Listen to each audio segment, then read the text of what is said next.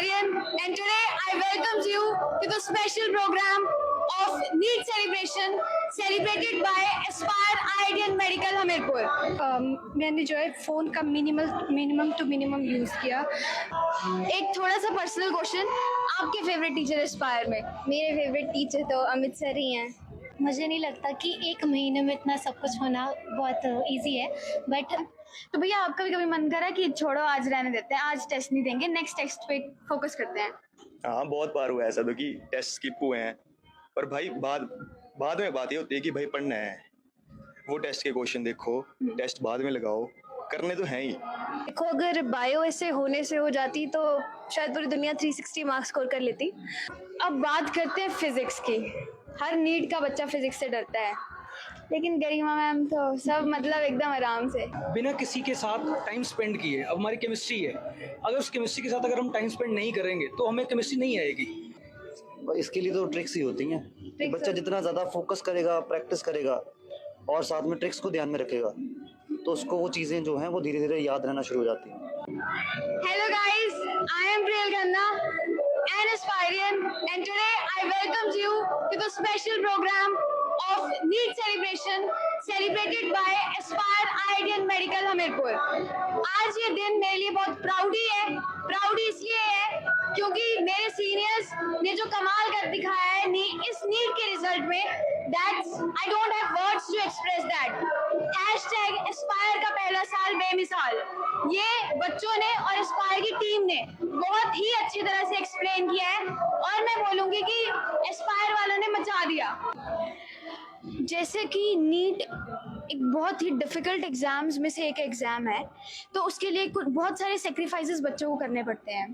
तो दी आपने अपनी जर्नी में क्या क्या सेक्रीफाइसेस करे कि आज आप यहाँ पे हैं? फर्स्ट ऑफ ऑल मैंने जो है फ़ोन का मिनिमम टू मिनिमम यूज़ किया।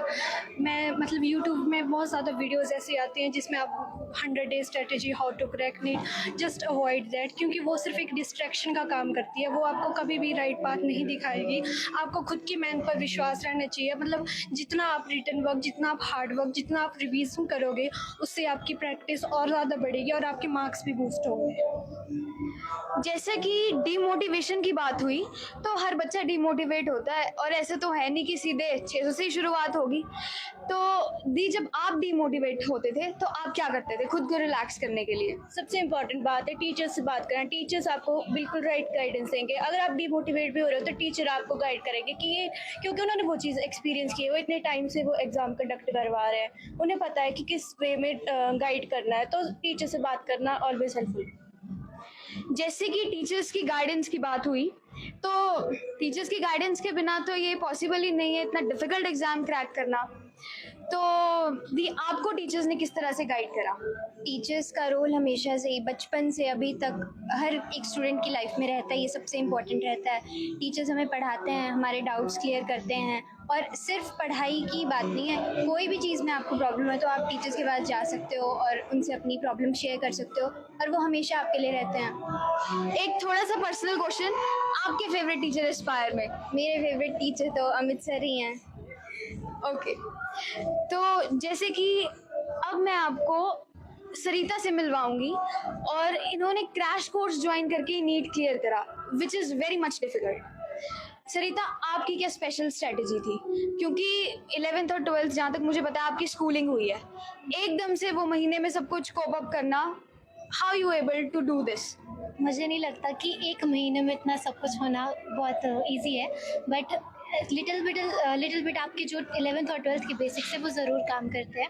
बाकी थोड़ा बहुत ऐसा होता है कि जितना तुम, एक महीने की बात की, जितना तुम सेक्रीफाइस कर सकते हो तो उतना सेक्रीफाइस करो, उतना मेहनत करो, और at the end result obviously hard work पे ऑफ।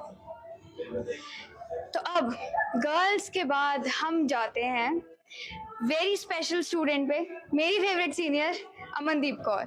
डॉक्टर साहब, congratulations to you. Thank you. What's your special strategy? 690 score करा है, कोई छोटी बात तो है नहीं, it's a very big deal. तो क्या क्या करा आपने? ऐसी कोई बहुत स्पेशल स्ट्रेटजी नहीं है, सिंपल मेहनत की है। नोट्स रिवाइज, टेस्ट, सब कुछ 100%। 100%। ठीक है। कल की नीट में बहुत ज़्यादा बात होती है, तो दिया दी, आप किस तरह से कंसिस्टेंट थे अपनी जर्नी में? जो मैंने 1 साल एस्पायर में बिताया है वो कंसिस्टेंसी है। कोई क्लासेस स्किप ना करो, टेस्ट रेगुलरली दो, कंसिस्टेंसी उसी को बोलते हैं एंड एट द एंड आपको रिजल्ट मिलेगा। जैसे कि बात कंसिस्टेंसी की हुई, तो ह्यूमन नेचर है, कभी कभी थोड़ा मन बदल जाता है। देखते हैं आपने अपने मन को कैसे संभाला। ह्यूमन नेचर है कि बार बार हम डिस्ट्रैक्ट हो जाते हैं, पर हमें बार बार फाइट मारनी है, बार बार अपने उसी रूटीन पे आना है जिसमें हम शुरू से स्टिक हो रहे थे। जब तक हम ये वॉरियर एटीट्यूड रखेंगे तब तक कोई चीज़ हमें लेट डाउन कर ही नहीं सकती है। फेलियर हमें कभी ओवर पावर कर ही नहीं सकते जब तक हमारा वॉरियर एटीट्यूड जिंदा है। एटीट्यूड की बात हुई है, एटीट्यूड अपने अंदर लाना कैसे? आप कंसिस्टेंसी की आपने बात करी हुई है, तो वो हमारे पास हमेशा से रहनी चाहिए, और टीचर्स की गाइडलाइन जो होती है, और साथ पेरेंट्स का सपोर्ट जो बहुत ज़्यादा ज़रूरी है। और एटीट्यूड की बात तो ये है कि जब आप स्कोर करते हैं और साथ में टेस्ट देते हैं तो वो बहुत बड़ी बात है। उसी से हमारे पास एक एटीट्यूड और एक जो आगे बढ़ने की इच्छा है वो बार बार आती रहती है। स्कोर देख के हमें पता लगता है कि हम और कर सकते हैं इससे ज़्यादा। अब बात करते हैं कॉन्फिडेंस की। सुशांत भैया, मैंने इन्हें हमेशा कॉन्फिडेंट देखा, चाहे इन्होंने 400 स्कोर करा हो, चाहे 500 और मे बी 600। तो वो कॉन्फिडेंस कैसे लाए भैया अंदर?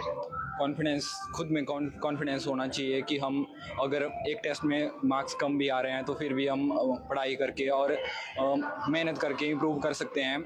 खुद को अगर एक टेस्ट में अगर मार्क्स कम आ गए तो उससे ना ज़्यादा स्ट्रेस लेना चाहिए कि अभी मार्क्स कम आ गए तो हो सकता है यही नीट का स्कोर हो।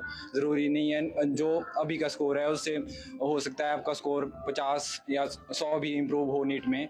इसलिए हमें अपना जो मेन फोकस है वो पढ़ाई पे रखना चाहिए, ना कि इन बातों पे कि आगे क्या होगा, नीट का रिज़ल्ट कैसे क्या होगा हमारा, हम क्या कर पाएंगे। इससे बेहतर है कि हम फोकस ये करें कि अभी हम क्या कर सकते हैं पढ़ाई में। जैसे कि बात फ़ोन की हो रही है और नीट की जर्नी में phone is named as devil. भैया आपका स्क्रीन टाइम कितना था या नहीं था? मेरा स्क्रीन टाइम तो था, काफ़ी था, पर जैसे जैसे नंबर कम आने लगते थे ना, फिर खुद में कॉन्फिडेंस जो है वीक चल जाता था। तो स्क्रीन टाइम कम कर दिया था फिर कि हाँ अब नहीं देखना कि नंबर कम आ रहे हैं। फिर टीचर्स भी बोलते थे कि हाँ स्क्रीन टाइम कम करो, तो वहाँ से हो जाता था। स्क्रीन टाइम से थोड़ा सा हटके मोबाइल पे ही आते हैं कि यूट्यूब को एस्पायर मना करता है यूज़ करने से। तो भैया क्या आपने यूट्यूब यूज़ करा था? नहीं, देखा जाए तो मैंने अपनी प्रिपरेशन में यूट्यूब बहुत कम यूज़ किया होगा, मतलब बहुत कम। कोई मतलब डाउट आ जाता था अगर मैं इंस्टीट्यूट ना गया हूँ, मतलब ना जा पाऊँ, तो वहाँ से हो जाता था बहुत कम।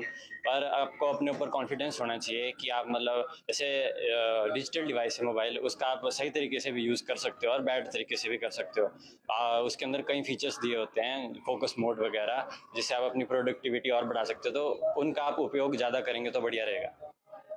जैसे कि हमारे साथ जो 2 स्टूडेंट्स खड़े हैं जिन्होंने नीट क्रैक कर दिया है, वो टेस्ट सीरीज़ के स्टूडेंट्स थे। तो टेस्ट सीरीज़ कैसे इफेक्टिव रही आपके लिए? टेस्ट सीरीज ऐसे इफेक्टिव रही कि हमने लास्ट के जो मॉक टेस्ट होते हैं, जो फुल सिलेबस टेस्ट होते हैं, वो हमने दिए। उससे हमें पता लगा कि हमारा स्कोर कितना है। कभी तो कम भी आया था, पर कम हो के वो ऐसे डिमोटिवेट होने की बात नहीं है, क्योंकि फ्लक्चुएट तो होता रहता है। टेस्ट 4-5 टेस्ट देने के बाद अपने आप स्टेबल हो जाता है। और जो लास्ट के जो हमारे टेस्ट हुए थे जो APL वालों के, वो काफ़ी सिमिलर थे नीट से। तो हमको ये भी काफ़ी वो हो गया था कि हमको एकदम पैटर्न पता लग गया था और वैसा तो उस तरह से हमको फायदा हुआ। टेस्ट सीरीज़ की बात करें तो उसके लिए हमें खुद कंसिस्टेंट होना पड़ता है। तो भैया आपका भी कभी मन करा कि छोड़ो आज रहने देते हैं, आज टेस्ट नहीं देंगे, नेक्स्ट टेस्ट पे फोकस करते हैं? हाँ, बहुत बार हुआ ऐसा तो कि टेस्ट स्किप हुए हैं। और भाई बाद में बात ये होती है कि भाई पढ़ना है, वो टेस्ट के क्वेश्चन देखो, टेस्ट बाद में लगाओ, करने तो हैं ही। जब बाकी बच्चों के नंबर दिखते हैं ना तो डर लगता है कि ये क्या हो गया, मैं नीचे क्यों उतना। वो होती है, उससे थोड़ी सी पावर आती है कि भाई पढ़ना है। बाकी लास्ट में ये कि पढ़ो यार, पढ़ के ही होगा। ऐसे सब बाकी सब बातें होती है कि ये स्ट्रेटजी, सिर्फ पढ़ना पड़ता है। तुमको अपना दिमाग खराब करना पड़ेगा, तुमको अपनी स्लीप छोड़नी पड़ेगी, इंस्टाग्राम बंद करना पड़ेगा। मेरा 2 साल से इंस्टा बंद है। करना पड़ता है, पढ़ना पड़ता है, लास्ट में यही है।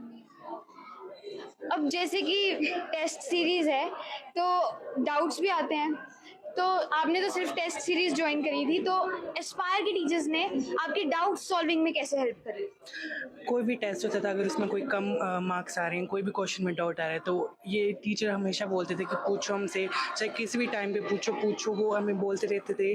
तो फिर हम पूछते थे और बस ऐसे उन्होंने स्थायी तक की, और बोलते थे आपको कोई भी दिक्कत आ रही है किसी भी सब्जेक्ट में या किसी के रिलेटेड कोई टॉपिक समझ नहीं आ रहा है, तो बोलते थे पूछो हमसे। चाहे हम टेस्ट सीरीज के स्टूडेंट थे, पर इन्होंने हमें बहुत सपोर्ट किया, इन्होंने बहुत बोला कि नहीं करो, तुम भी करो, और इन्होंने बहुत मतलब डाउट लिए हमारे, और काफ़ी अच्छा रहा फिर एक्सपीरियंस। तो जब एस्पायर के स्टूडेंट हैं तो ज़रूरी नहीं है तभी आपको सपोर्ट मिलेगा, अगर आप टेस्ट सीरीज ज्वाइन करते हैं तब भी आप अपने सक्सेस तक पहुंच सकते हैं। Thank you. जैसे कि मेरे साथ अभी बायो की फैकल्टीज़ हैं, विशाली मैम और ऋषभ सर। यूजुअली बच्चे बोलते हैं बायो तो बस हो ही जाती है, आपको क्या लगता है? देखो, अगर बायो ऐसे होने से हो जाती तो शायद पूरी दुनिया 360 मार्क्स स्कोर कर लेती। तो होने से नहीं होती है, प्रैक्टिस करके ही होती है। बायो एक ऐसा सब्जेक्ट है जिसको बहुत बेसिक से समझना पड़ता है। बाकी सब्जेक्ट्स में फॉर्मूला होते हैं, यहाँ पे बस फॉर्मूला नहीं होते, वही बात है। तो लोग सोचते हैं क्रैम करके हो जाएगा, but it's not about cramming, it's about how you learn it और आप उसको कैसे समझते हो। सर जैसे बॉटनी में प्लांट किंगडम में नाम ही याद नहीं रहते, एल्गी के एग्जाम्पल्स ही भूल जाते हैं, तो उसके लिए आप कुछ स्पेशल ट्रिक्स देते हैं? हाँ, मेरा तो ये रहता है कि मैं जब भी प्लांट किंगडम करा रहा हूँ, प्लांट फिजियोलॉजी करा रहा हूँ, तो उसमें मैं मैक्सिमम बच्चों को निमोनिक से थ्रू करवाता हूँ, ताकि बच्चे को वो चैप्टर बहुत ही इजी लगे। बिकॉज ये ऐसे चैप्टर जो बच्चे को बहुत बोरिंग लगते हैं, तो उसको थोड़ा सा उस चैप्टर में इंटरेस्ट जगाने के लिए मैं क्या करता हूँ, मैंने बच्चों को निमोनिक से थ्रू, ताकि बच्चा मजाक मजाक में हंसे से पूरा चैप्टर आसानी से लर्न कर ले। अब बात करते हैं फिजिक्स की। हर नीट का बच्चा फिजिक्स से डरता है, लेकिन गरिमा मैम तो सब मतलब एकदम आराम से। मैम आप कैसे मतलब बच्चों के दिमाग में घुसा कैसे देते हैं फिजिक्स? अभी बच्चों के दिमाग में घुसता है या नहीं ये तो नहीं पता है, पर बच्चों में फिजिक्स में, नीट के एस्पिरेंट्स में फिजिक्स में जो बहुत ही बेसिक दिक्कत मैंने देखी आज तक, वो है उनके सिर्फ जो मैथमेटिकल पोर्शन है फिजिक्स का, वो वीक रहता है। तो मैं सबसे ज़्यादा फोकस हमारा सबसे पहले मैथमेटिकल पार्ट को स्ट्रॉन्ग करने पर होता है, उसके बाद फिजिक्स स्टार्ट होती है, तो इससे फिर बच्चों को एज पता चल जाता है अपने। केमिस्ट्री पोर्शन पे सर ऑर्गेनिक याद ही नहीं रहती, रिएक्शंस का पता ही नहीं लगता, कैसे सर कैसे याद रखें हम वो रिएजेंट्स के नाम? बेटा देखो, किसी भी चीज़ को याद रखने के लिए उसके ऊपर खूब काम करना पड़ता है, बिना किसी के साथ टाइम स्पेंड किए। अब हमारी केमिस्ट्री है, अगर उस केमिस्ट्री के साथ अगर हम टाइम स्पेंड नहीं करेंगे तो हमें केमिस्ट्री नहीं आएगी। उस रिएजेंट को बार बार पढ़ना, बार बार लिख लिख कर देखना, ये बच्चों का काम होना चाहिए, जिससे बच्चों को याद हो जाएगा। फिजिकल केमिस्ट्री की सबसे मेजर प्रॉब्लम रहती है कैलकुलेशंस, फॉर्मूले याद नहीं रहते। सर आप कैसे याद करवाते हो?